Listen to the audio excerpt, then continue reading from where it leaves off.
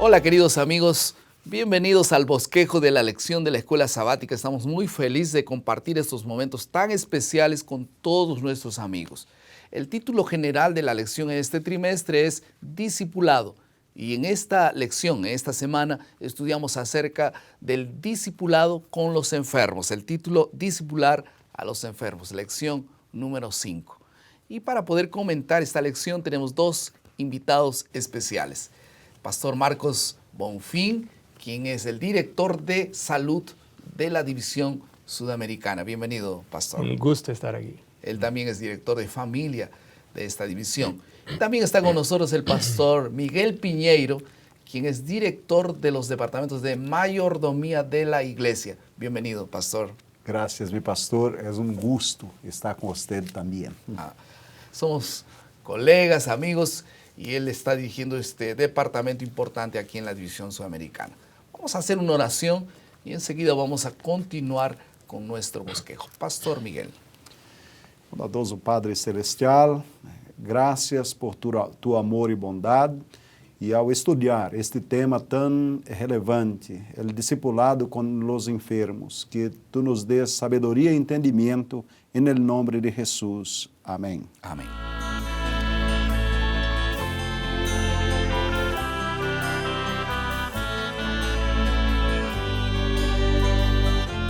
Damián fue un religioso que se volvió conocido por la disposición de servir a los leprosos. Él se cambió para Kalawao, una villa en la isla de Molokai, en Hawái. Este era un lugar separado especialmente para recibir y para que sea el lugar de vivienda de los leprosos. Él vivió en medio de ellos durante 16 años, aprendió la lengua nativa de ellos, cuidó de las personas leprosas, abrazó a sus cuerpos sin ninguna restricción y él tocó a ellos, organizó escuelas para ellos, una banda de música para ellos, corales también para que canten, construyó casas para que los leprosos pudiesen tener abrigo. A los pocos, Kalawao se tornó un lugar para vivir en vez de un lugar para morir. Esta fue la gran virtud de este hombre religioso llamado Damián. Ahora, la preocupación más grande de él no eran apenas las cosas, eran las personas. Y él no tuvo ningún problema de mantener la distancia, él estaba cerca de ellos. Y un día él se quedó también leproso. Al predicar y levantarse delante del púlpito en una ocasión, él dijo: nosotros, los leprosos. Damián no solo estaba con ellos, sino también estaba en la piel de ellos. Jesús se solidariza con las personas enfermas y sufre con sus dolores, dice Isaías 53:4. Por eso el enfoque de la lección de esta semana es conocer la manera como Jesús administraba y ministraba las personas que tenían esta dificultad de salud, no solamente física, sino también emocional. Y nosotros, ¿qué podemos hacer? Será nuestro desafío en la lección de esta semana. Vamos a pasar a la segunda parte de nuestro bosquejo, que es la exploración del texto.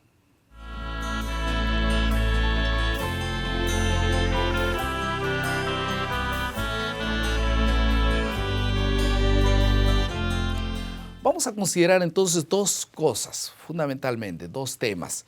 En primer lugar, vamos a hablar un poco sobre la naturaleza de la enfermedad y también vamos a hablar un poco sobre cómo ministrar a las personas que están enfermas. Pastor Marcos, en el tiempo de Jesús había una creencia que las personas estaban enfermas por causa de un pecado grave. O sea, que eran culpables. Eran culpables. Sí. ¿Hasta qué punto esto es cierto?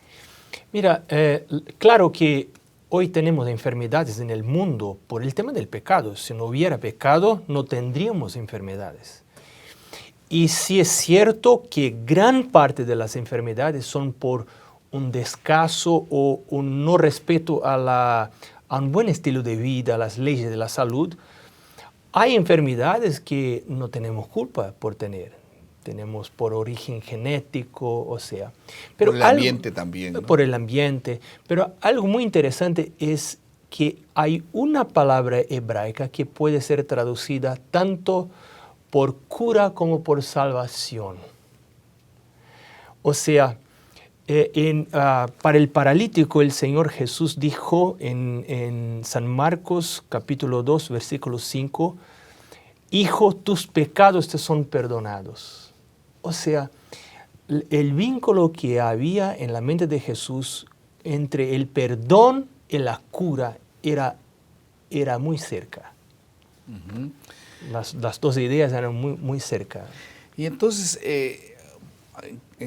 enfatizando un poco más, profundizando un poco más la idea, el origen de la enfermedad es un asunto que tiene que ver con el origen del pecado, lógicamente. Pero la pregunta es, ¿cuándo las personas se enferman es porque tal vez rompen algunas leyes? ¿Cuáles son estos gravitantes? La mayor cantidad de enfermedades, ¿por qué ocurren realmente? Em geral, é um conjunto de fatores que generam a enfermidade. Às vezes é uma herência, é o ambiente, é o estilo de vida, mas de todos, o estilo de vida. Ele tem uma preponderância, me parece que é um fator mais determinante para que a pessoa pueda se enfermar. Uh-huh.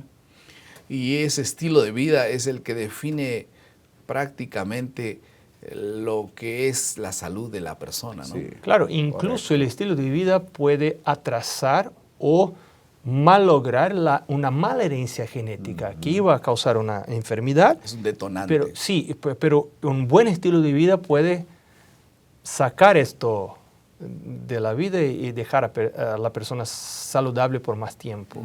É importante que hasta pouco tempo atrás, nossa região tinha dificuldade com falta de alimento. Hoje se tem um problema de muito alimento e hoje essa No se muere más por falta de comida, sino por exceso de comida. Mucha comida. E muita comida, às vezes, leva a pessoa a se acostumbrar com esta boa realidade, não hace mais sua atividade física.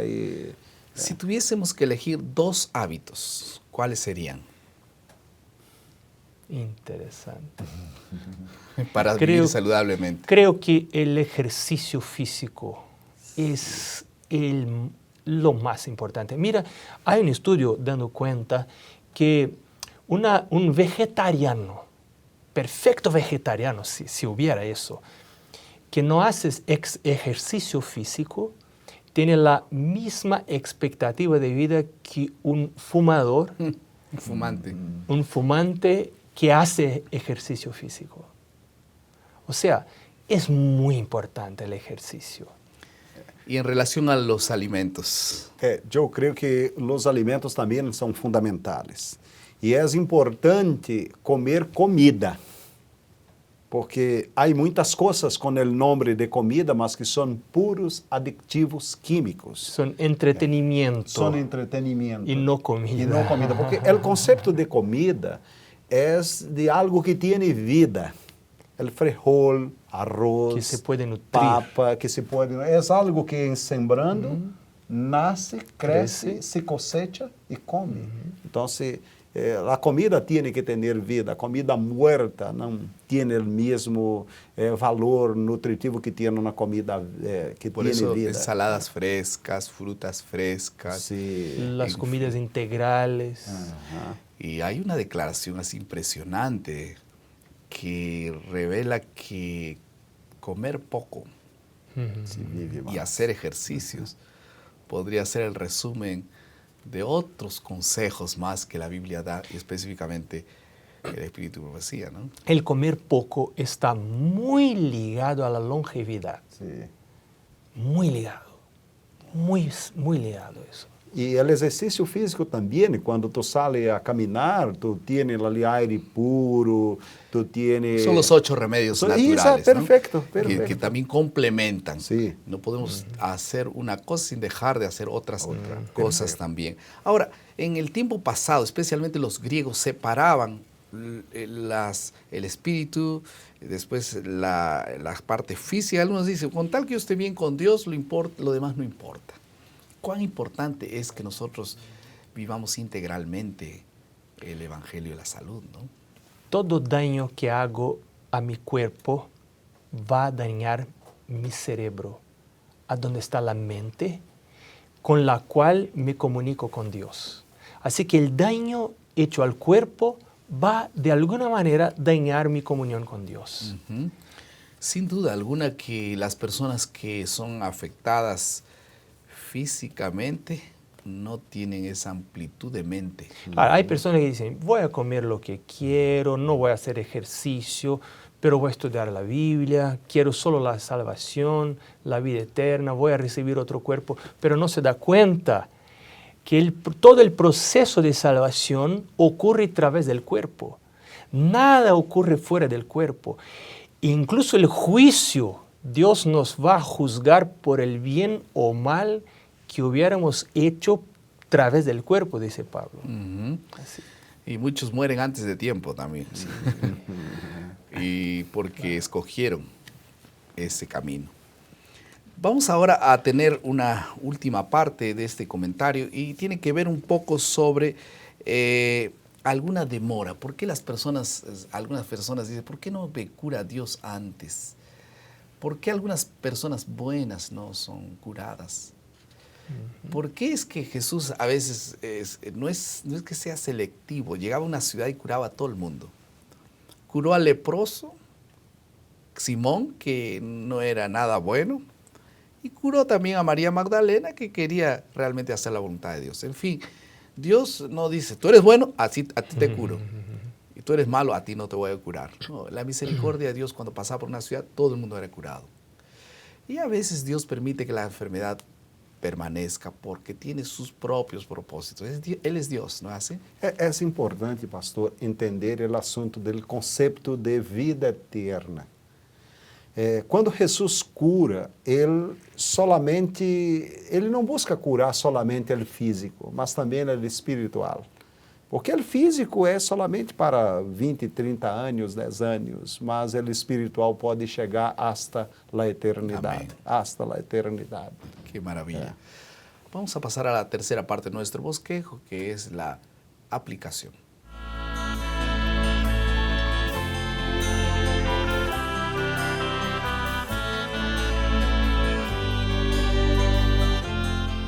Nosotros tenemos algunas lecciones que aplicar en todo esto.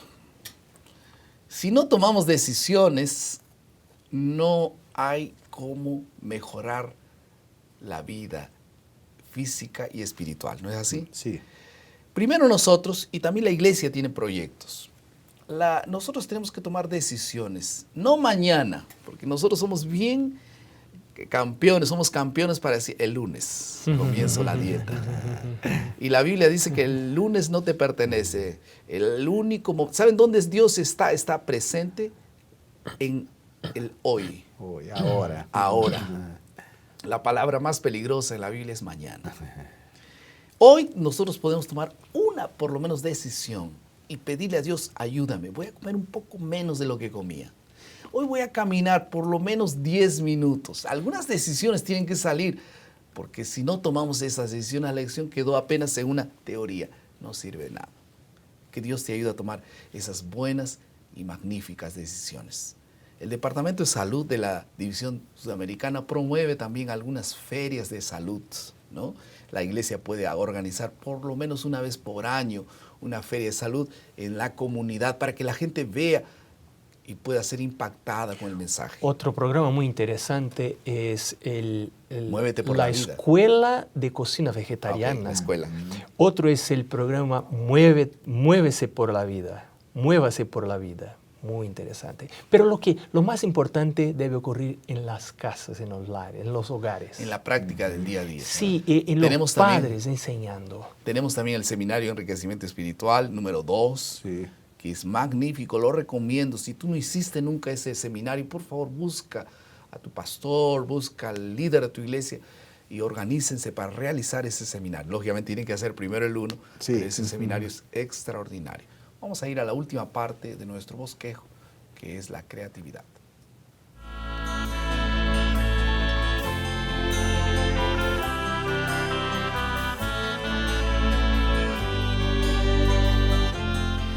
Mateo capítulo 25, versículo 36 dice que yo estaba desnudo y me vestisteis, yo estaba enfermo y me visitasteis, y etcétera. Ustedes conocen ese texto.